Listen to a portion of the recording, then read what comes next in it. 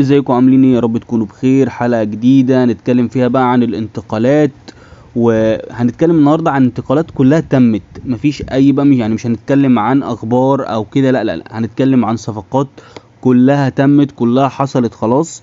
طبعا اليورو اخدنا وكوبا امريكا اخدتنا، ولكن عندنا فرصة هدنة كده ندي واحدة انتقالات كده ونعرف ايه اللعيبة راحت فين وجت منين، لان خاصة ان في اندية كتير ابتدت تتحرك بسرعة، على رأسهم طبعا بايرن ميونخ اللي عامل صفقات، وبروسيا دورتموند وفرق كتير تانية هنتكلم عنها النهاردة. فتعالوا نشوف كل الصفقات اللي تمت خلاص بالفعل، هي مين ومين راح فين ومين جاي منين. يلا بينا نخش على الحلقة على طول.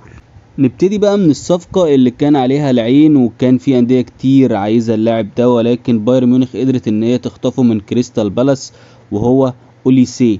اللاعب أوليسيه قدرت بايرن ميونخ ان هي تخطفه بقى من عيون تشيلسي ومانشستر يونايتد وليفربول واكتر من نادي كانوا بيحاربوا عشان ياخدوا اللاعب ده، ولكن بايرن ميونخ قدر ان هو يخطف اللاعب.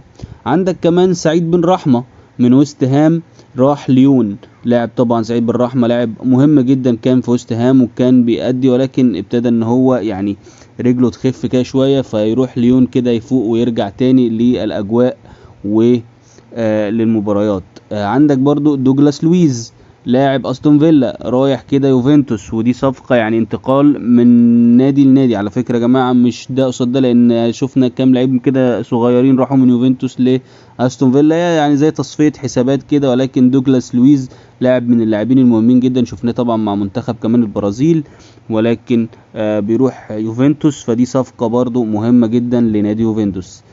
عندك اللاعب شادي رياض، كنا اتكلمنا عنه وقلنا ان هو رايح بيتيس لكريستال بالاس، وده اللي حصل فعلا، من بيتيس لكريستال بالاس. شادي رياض لاعب كان بيلعب في برشلونة ودلوقتي في كريستال بالاس، هنشوفه في الدوري الانجليزي الراجل هيقدم ايه، هو ده اللي احنا مستنينه.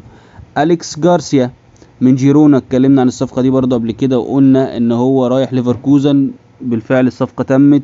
أليكس جارسيا واحد من اللعيبة المهمين جدا في نص الملعب، هينضموا لكتيبة تشافي ألونسو في ليفركوزن وهيفرق معاه جدا، كان عامل موسم كويس مع جيرونا، فالراجل ان شاء الله نشوفه السنة الجاية في ليفركوزن. عندك لاعب المنتخب الياباني ايتو من شتوتجارت الى بايرن ميونخ، والنهارده هنتكلم عن كذا لاعب من اليابان راحوا أندية كويسة جدا وكلهم بيلعبوا في المنتخب الياباني. فالمنتخب الياباني بصراحة اللعيبة بتاعته بتنتقل من أندية وسط لأندية كبيرة، فدي حاجة كويسة جدا، خاصة المنتخب الياباني والناس اللي بتحب المنتخب الياباني واللعبة بتاعت الكرة اليابانية يعني. فايتو لاعب من اللاعبين دي راح بايرن ميونخ من شتوتجارت. عندك بقى لويس ألبرتو، لو كلنا نفتكره لاعب لاتسيو طبعا، كان لاعب كويس جدا في نص الملعب، شفناه برضو مع منتخب اسبانيا في بعض الفترات، ولكن كان حظه وحش لان هو في قمة عطائه كان بقى ايام تشافي وانيستا وتشافي الونسو والمجموعه دي كلها، فبرضه الراجل ما خدش حقه قوي، ولكن هنشوفه بقى في الدحيل القطري، خلاص بقى بينهي مسيرته كده، هيروح ينهيها في الدحيل القطري.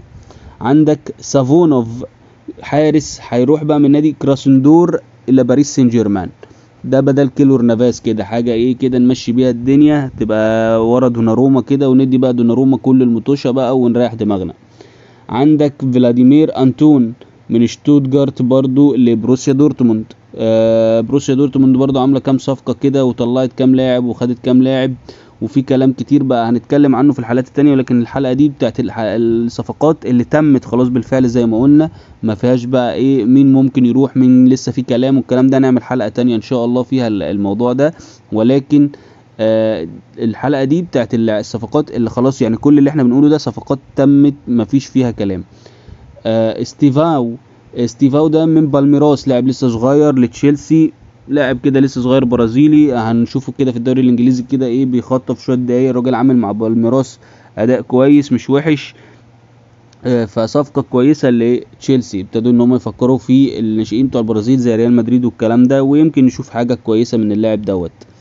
عندك بقى بيلوتي لاعب طبعا يعني كان حر بقى، كان خلاص انتهى عقده مع روما، بيروح بقى لكومو الايطالي مع فابريجاز بقى، ونشوف كده هيعمل ايه، وبرضه هيبقى زي لاعب خبرة موجود في الفرقة لسه صاعدة، فهيكون خبرة موجودة مع سيسك فابريجاز. عندك ريدير اللاعب اللي تألق مع منتخب سويسرا في اليورو، كلاعب رينس هيروح شتوتجارت على سبيل الإعارة كده ويجرب الراجل، والراجل بصراحة كان عامل أداء مميز جدا جدا في اليورو بصراحة. عندك طبعا خوسيلو اللي يعني عمل موسم اكتر من رائع مع ريال مدريد. الراجل خلاص خلص الدنيا وادى ريال مدريد اللي هم عايزينه، ومبابي جه والدنيا خلاص ارتاحت، فطبعا راح كده بقى ينهي مسيرته وينهي يلم له شويه فلوس كده حلوه من فريق الغرافه القطري. تشوفوا بقى في قطر بيلعب كده مع الشباب في قطر، فحاجه برضو كويسه جدا. عندك بقى مويسكين اللاعب اللي دوخنا بقى، راح باريس سان جيرمان من اليوفي ومش عارف ايه، خلاص من اليوفي بقى انتقال لفيورنتينا، خلاص بقى صفقة ايه اخيرة بقى. وخلينا نخلص مويسكين ده يعني اتكلمنا عليه كتير والكلام عليه كتير، وراح باريس سان جيرمان ما نفعش، ورجع اليوفي ما نفعش، وهو اصلا لعيب مش نافع ويعني حاجة نيلة خالص. ولكن نشوفه بقى مع فيورنتينا، نديله فرصة اخيرة يمكن نشوف منه حاجة. عندك كيران تورام ابن تورام رايح من نيس ليوفنتوس، يعني هينافس بقى اخوه في انتر، فهنشوف هيعمل ايه كيران تورام من نيس ليوفنتوس. عندك باسكال جروس راح لبروسيا دورتموند، انتقال مهم جدا لفريق بروسيا دورتموند برضو. عندك كمان رافا سيلفا، اللاعب دوت شفناه مع منتخب البرتغال وكان في بنفيكا وكان عامل ادوار كويسة، ولكن اختفى فجأة كده، فهيروح بشكتاش كلاعب حر طبعا بعد ما اتفسخ عقده مع بنفيكا. عندك ايفان بيريسيتش لاعب الكبير طبعا والقيمة الكبيرة في منتخب كرواتيا، خلاص هيسيب توتنهام وهيروح هاجوك سبليت، لعيب فريق كرواتي، يختم بقى هناك في كرواتيا كده مسيرته. لاعب طبعا من اللعيبة الكبيرة، شفناه مع انتر ميلان، شفناه مع بايرن ميونخ، يعني لعيب كان مهم طبعا ومن الجيل الذهبي لمنتخب كرواتيا. عندك كمان كامادا ده بقى يا جماعة لعيب برضو ياباني زي ما قلنا من منتخب اليابان، كان بيلعب في لاتسيو رايح كريستال بالاس، هيفرق جامد جدا مع كريستال بالاس في نص الملعب، لعيب ممتاز، لعيب بيديك ادوار مختلفة بصراحة. ان شاء الله يعني هتشوفوه السنة الجاية في الدوري الانجليزي هيعجبكم جدا، لعيب مميز جدا جدا جدا. عندك سيونكو بقى لعيب من اللعيبة المدافعين اللي يعني ايه، يعني 50% 60% كده بصراحة، لعيب مش قد كده، فهنشوفه بقى من اتلتيكو مدريد لفنربخشة، هنشوفه في فنربخشة السنة اللي جاية، فريق تركي بقى يرجع بلده كده ايه يشوف الدنيا هناك ماشية ازاي. عندك طبعا روز باركلي من اللعيبة طبعا المهمة جدا في الدوري الانجليزي، لعيب مخضرم هيروح من لاوتون سيتي لاستون فيلا، فيعني صفقة برضو من الصفقات المهمة جدا. باركلي يمكن شفناه في تشيلسي، شفناه في اكتر من فرقه، لعيب من اللعيبه المميزه جدا ومن اللعيبه اللي هي اندر ريتد مش واخده حقها بصراحه في انجلترا يعني. عندك مارك جوي لاعب من برشلونه لسه صغير كده رايح برضه تشيلسي عامله كام صفقه كده من اللعيبه الصغيره عشان تظبط حساباتها وتظبط دنيتها، وبالمره بتجرب يعني 2 في 1 كده، فيعني ماشي هنشوف هيعمل ايه مارك جوي مع برشلونه مع تشيلسي انتقال من برشلونه. عندك بقى قصاده بتخرج تشيلسي لويس هال لنيوكاسل، لعيب برضو من اللعيبه الكويسه جدا، وهنشوفه مع نيوكاسل هيفرق كتير مع لعيبه نيوكاسل. عندك جواو رودون من توتنهام لليدز، برضو صفقه من الصفقات اللي تمت خلاص من توتنهام لليدز كده، الراجل ايه يعني ياخد فرصه هناك اكتر مع ليدز. عندك انداي من مارسيليا بقى لايفرتون، لعيب برضو من اللعيبه المهمه، اللعيب اللي يعني هيفرق مع ايفرتون كده في نص الملعب وهيفرق معاهم كتير. عندك زانيولو من جلاتا سراي بقى الاتلانتا على سبيل الاعاره، وبصراحه زانيولو يعني يمكن من اللعيبه المهمه جدا في ايطاليا، شفناه مع روما، شفناه كان المفروض يروح ميلان ولكن اتلانتا قدرت ان هي تخطفه، فكويس وجوده مع اتلانتا هيفرق كتير مع الفرقه، ونشوفه السنه الجايه بقى في فرقه اكبر. ويعني بصراحه زانيولو كان نفسي اشوفه في انتر ميلان، كان هيفرق كتير معاهم. عندك ماتيف موراي لاعب بروسيا دورتموند بقى اللي انتقل لمايوركا، يعني ما خدش كده حقه في بروسيا دورتموند، ولكن هنشوفه مع مايوركا السنه الجايه في الدوري الاسباني هيبقى اكيد فارق كتير. عندك الحارس دي جورجيو من مونزا الايطالي ليوفنتوس بقى عشان يعوض الحارس طبعا تشيزني، صفقة كويسة جدا، حارس مميز وثابت وجوده بقاله 3-4 مواسم في الدوري الإيطالي، فهيكون مفيد جدا لليوفي. عندك اندومبلي بقى اللي مش عارف هو عايز ايه، راح نابولي، راح توتنهام، لف كده.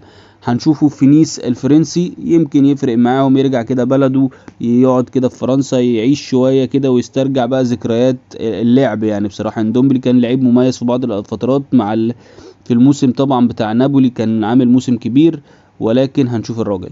طبعا باريس سان جيرمان بقى، ايثان مبابي مش هينفع طبعا يقعد في باريس سان جيرمان بعد ما مبابي مشي الكبير، فراح ليل الفرنسي يكمل هناك كده بقيت بقى فترة تدريبه والدنيا بتاعته، ويبعد بقى عن وجع دماغ باريس سان جيرمان. عندك برضو بايرن ميونخ، صفقة مهمة جدا هي بالينا من فولهام، لعيب طبعا منتخب البرتغال في نص الملعب، صفقة مهمة جدا هتفرق جدا مع بايرن ميونخ السنة اللي جاية.